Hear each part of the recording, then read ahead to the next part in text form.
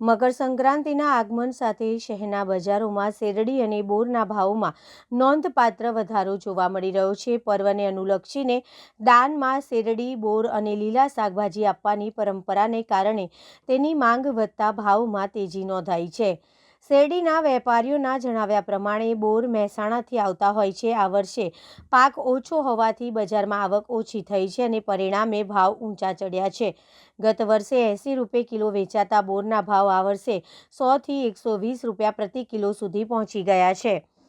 શેરડીના ભાવમાં પણ વધારો જોવા મળ્યો છે। ગત વર્ષે એક સાઠો શેરડીનો ભાવે 200 રૂપિયા હતો, જ્યારે આ વર્ષે છૂટક બજારમાં 70 રૂપિયા પ્રતિ સાઠાની દરથી વેચાણ થઈ રહ્યું છે। વેપારીઓ માને છે કે આવનારા દિવસોમાં પણ ભાવ ઊંચા રહેવાની શક્યતા છે। પરંપરા મુજબ મકર સંક્રાંતિના દિવસે બોર, શેરડી અને શાકભાજીનું દાન કરવામાં આવે છે। માન્યતા મુજબ જે પરિવારના નાના બાળકો સ્પષ્ટ રીતે બોલતા ન હોય તેમના નામે બોરનું વેચણી કરવાથી લાભ પ્રાપ્ત થાય છે। પર્વની મોસમને કારણે શહેરના વિવિધ વિસ્તારમાં શેરડી અને બોરની હાટડીઓ જામી ગઈ છે અને બજારોમાં ખરીદીનો માહોલ જોવા મળી રહ્યો છે। બ્લેક કલરની હોય તે મીડિયમ આવે તો 250 રૂપિયા બંડલ હોય, જાડો માલ હોય તો 300 રૂપિયા, અને આ રેગ્યુલર છે એ 200 રૂપિયા આવે, અને એનાથી મીડિયમ 160 180। આ કેવી રીતે તોલ પર વેચાતી હોય છે, કેવી રીતે? ના, આ બંડલ પર આવે, તોલ પર પેલી ખાલી આ રેગ્યુલર શેરડી ના એ જ તોલમાં વેચાય। આ ટેમ્પરવાળી આવે ને એટલે બંડલથી જ વેચાય। 10 નંગનો ભારો આવે।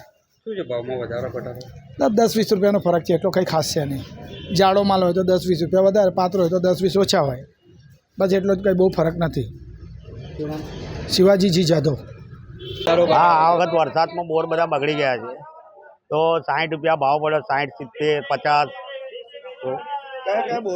ચંબેલીના 60 રૂપિયા પડ્યા છે, 60-50 ભાવ પડ્યો છે હોલસેલ બજાર, કેમ કે વરસાદમાં બધો માલ બગડી ગયો છે, ફૂલ બધા જરી ગયા છે।